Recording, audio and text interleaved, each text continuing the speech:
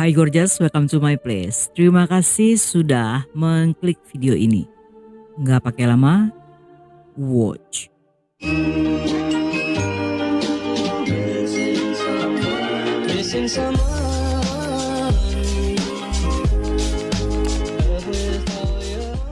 Noemi dan ibunya Ima Rizzo tinggal di kota kecil Spezia, Italia. Gadis ceria berbakat dan aktif dalam kegiatan sosial ini sangat dekat dengan kakek neneknya. Selain hobi menari, balet serta akting, dia juga tertarik mempelajari ilmu psikologi. Yang hal inilah membuatnya sering mengikuti kegiatan di panti jompo dan fasilitas penyandang disabilitas.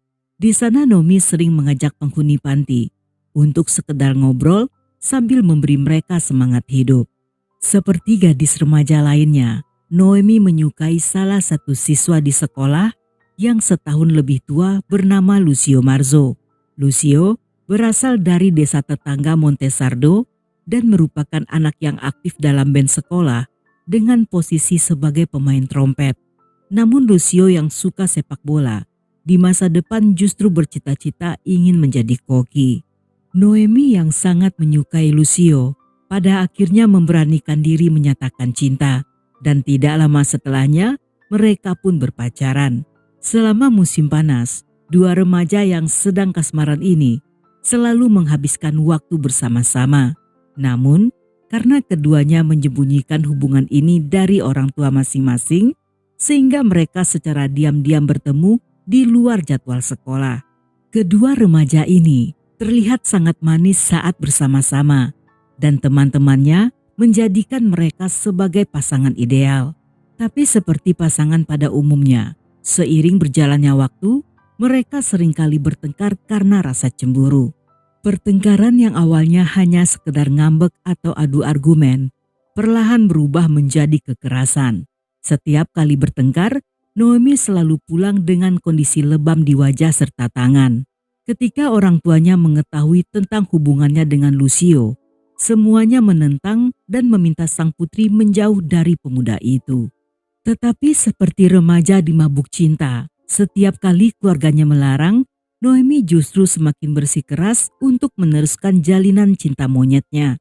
Bahkan walaupun dia sering mengadu pada teman-temannya tentang Lucio yang suka memukulnya, tetapi di lain hari, Noemi kembali berbaikan dengan pemuda itu.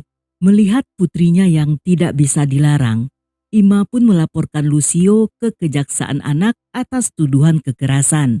Dia sangat khawatir melihat sang putri yang dalam setahun berpacaran telah sering dianiaya. Saat itu Ima meminta bantuan hakim untuk turun tangan menghentikan perilaku kasar Lucio dan menjauhkan pemuda itu dari putrinya. Walaupun saat itu Ima membawa bukti berupa foto-foto dari luka lebam milik Noemi, namun sayangnya sang putri justru menolak untuk bersaksi melawan pemuda itu.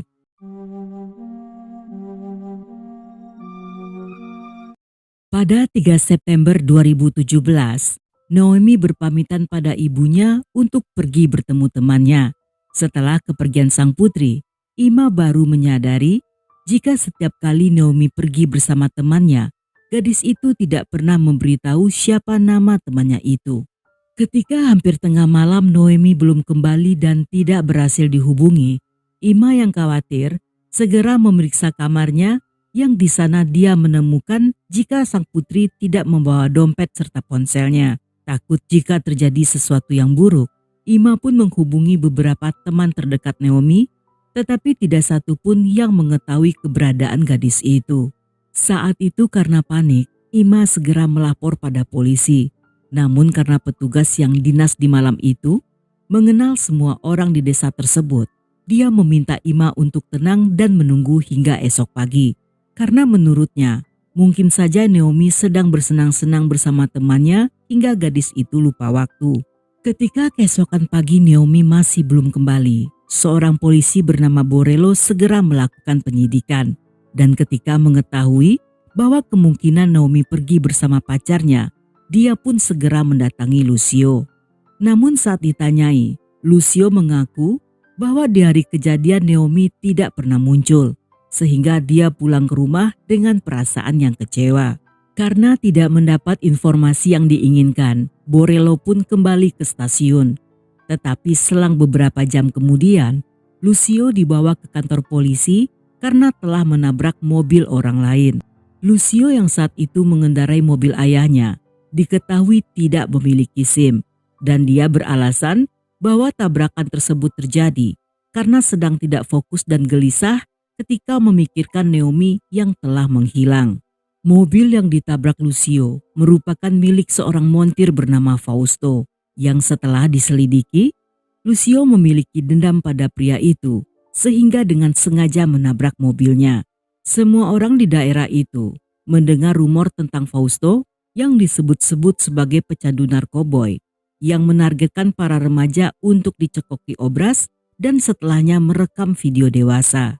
Menurut kesaksian Lucio, dia mencurigai Fausto terkait hilangnya Naomi dan dia juga menuduh pria itu telah menculik Naomi dengan menggunakan mobil pacar Fausto. Ketika Borello mendatangi bengkel pria itu, dia mengaku mengenal Lucio dan Naomi sejak setahun yang lalu dan mereka sering berkirim pesan. Dan terakhir kalinya mereka bertiga bertemu sekitar sebulan sebelumnya. Seperti keterangan Lucio, Fausto meminjam mobil pacarnya sejak sebulan yang lalu.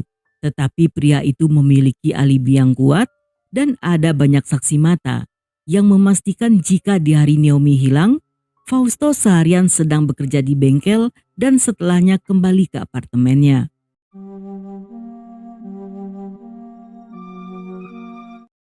Karena tidak menemukan bukti apapun, polisi menduga jika Naomi tidak diculik, melainkan kabur dari rumah dan sengaja meninggalkan barang-barang pribadi agar tidak bisa dilacak.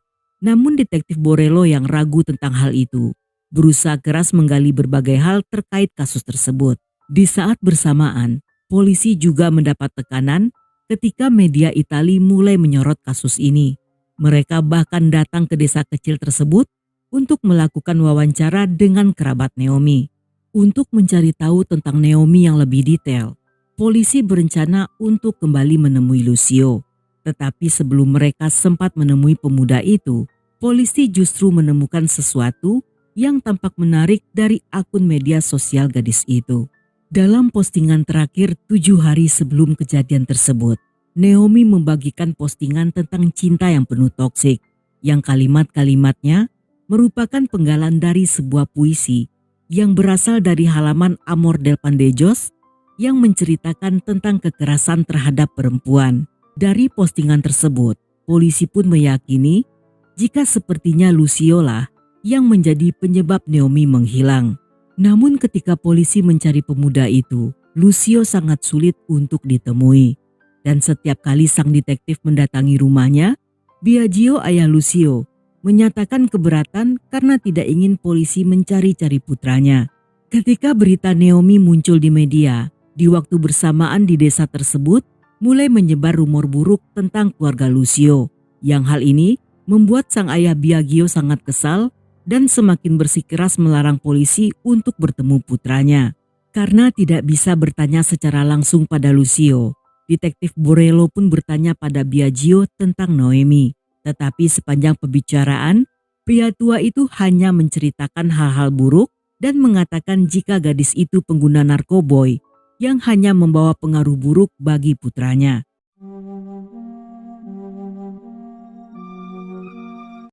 Walaupun saat itu sang detektif tidak bisa masuk ke rumah keluarga Lucio, tetapi selama dia berbicara dengan Biagio, dengan jeli dia memperhatikan bahwa mobil milik keluarga itu tampak bersih dan baru saja dicuci.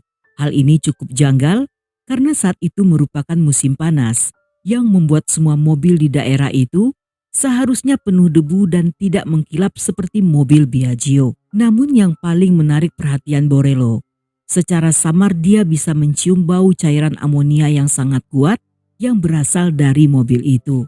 Beberapa polisi yang memeriksa rekaman CCTV milik tetangga Naomi menemukan bahwa di malam dia menghilang, gadis itu tampak dijemput oleh Lucio yang mengendarai mobil ayahnya. Yang hal ini membuktikan jika pemuda itu telah berbohong pada wawancara sebelumnya.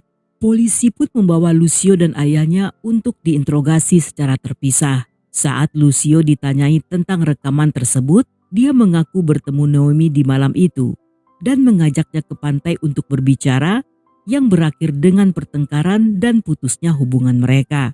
Setelahnya dia meninggalkan Naomi dan membiarkan gadis itu pulang dengan menumpang mobil lain. Namun Lucio tidak bisa memberi detail tentang siapa pemilik mobil itu dan mobil jenis apa yang ditumpangi Naomi. Sedangkan Biagio yang dicurigai telah membantu putranya atas dugaan menyembunyikan jasad atau bukti dengan terpaksa mengizinkan polisi menggeledah mobilnya. Yang di sana, forensik menemukan bekas noda darah, tetapi sayangnya noda tersebut terlalu kecil untuk diperiksa DNA-nya. Pria itu mengaku tidak tahu mengapa ada jejak darah di mobilnya dan sangat yakin telah mengunci pagar pada malam kejadian sehingga tidak mungkin ada orang yang membawa mobilnya secara diam-diam. Dan dengan gampangnya, saat itu dia juga menuduh Fausto sebagai penculik Naomi.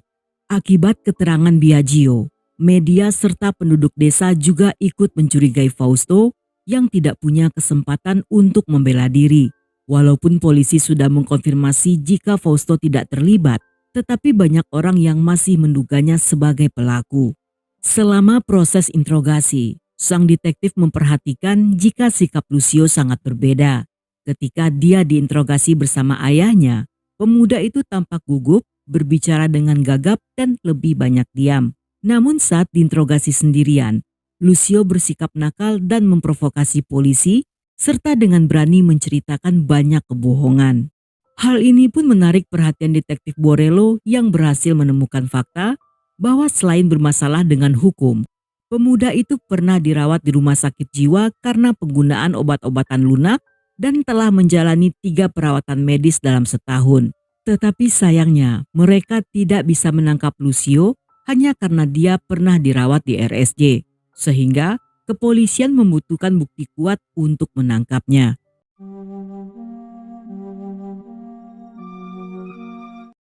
Walaupun penyidikan sempat terhambat, tetapi beberapa hari kemudian, tiba-tiba detektif Borello mendapat telepon berbau ancaman dari Lucio. Dengan suara bergetar pemuda itu mengatakan jika ayahnya memiliki kenalan pejabat tinggi di kepolisian. Perkataannya seolah-olah ingin menakut-nakuti sang detektif agar tidak lagi mencurigainya. Namun Borello yang tidak terpancing berusaha untuk membujuk, yang pada akhirnya berhasil membuat Lucio mengaku bahwa dialah yang telah membunuh Noemi. Dia pun membawa polisi ke daerah Pantai Berbatu yang berada beberapa kilometer dari Santa Maria di Leuca. Naomi ditemukan terkubur di antara tumpukan batu dengan kondisi telah membusuk parah akibat cuaca di musim panas. Saat itu wajahnya tampak hancur tidak bisa dikenali, serta terdapat banyak luka di sekujur tubuh yang lebih mirip seperti serangan hewan buas. Walaupun Naomi telah hilang selama 10 hari, tetapi tubuhnya tampak seperti jasad yang telah mengalami pembusukan selama 4 bulan. Dan berdasarkan pemeriksaan forensik, Naomi dinyatakan tewas akibat luka sajam pada kepala serta leher. Di saat bersamaan, wartawan dari berbagai media di Italia datang untuk mewawancarai Biagio. Dalam siaran live, pria itu berkali-kali menjelekkan Naomi dan menuduh gadis itulah yang sering melakukan kekerasan pada putranya. Namun sesaat kemudian, ketika sang wartawan mendapat kabar jika Naomi telah ditemukan dan Lucio mengaku sebagai pelakunya, dalam siaran tersebut, dia meminta konfirmasi pada Biagio yang seketika terdiam karena syok. Sedangkan ibu Lucio menjerit histeris sambil berteriak, "Mati, mati, mati." Ketika polisi akan memindahkan Lucio ke penjara, di depan stasiun ada banyak massa yang telah menunggu sejak pagi. Mereka mengutuk dan menyoraki pemuda itu yang dengan santai membalas dengan menjulurkan lidah seolah mengejek sambil menunjukkan jari tengah.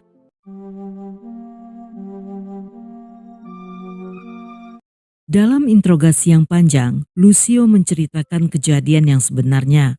Menurutnya, setelah menjemput Naomi, mereka pun pergi ke pantai dan berjalan-jalan di antara pohon zaitun.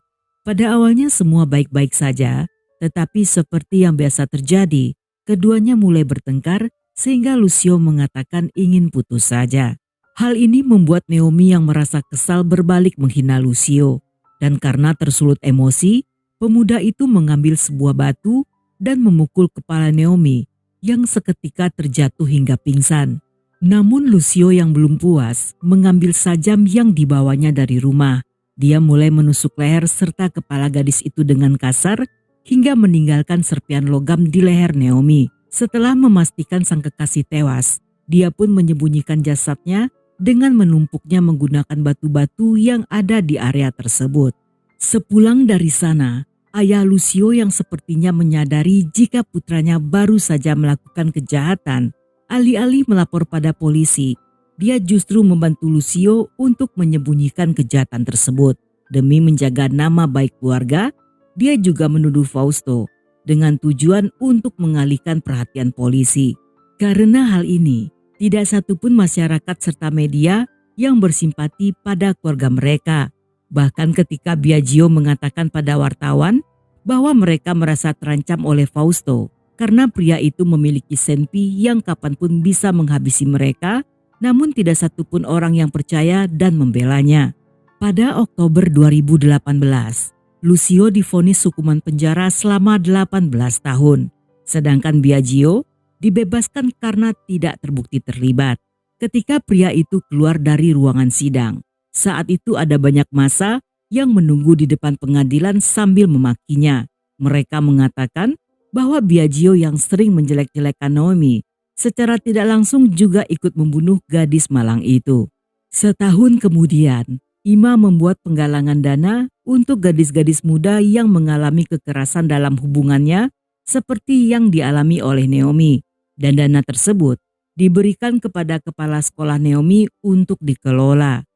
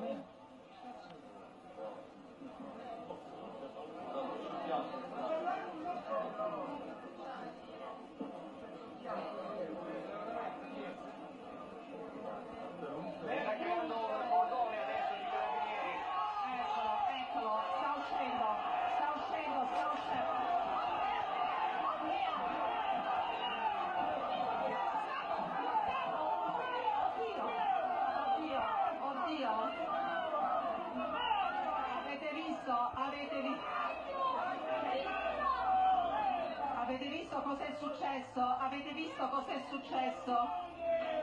Avete visto cos'è successo? È quello che temevamo, è quello che abbiamo visto purtroppo. Se la stanno prendendo anche con i carabinieri, la gente se la sta prendendo anche con i carabinieri. Ha avuto un ghigno di affronto verso tutti quanti. Dan sampai di sini dulu cerita kita kali ini. Semoga kalian suka dengan ceritanya. Buat yang masih betah hingga akhir, thank you, love you, have a nice day, and then see ya.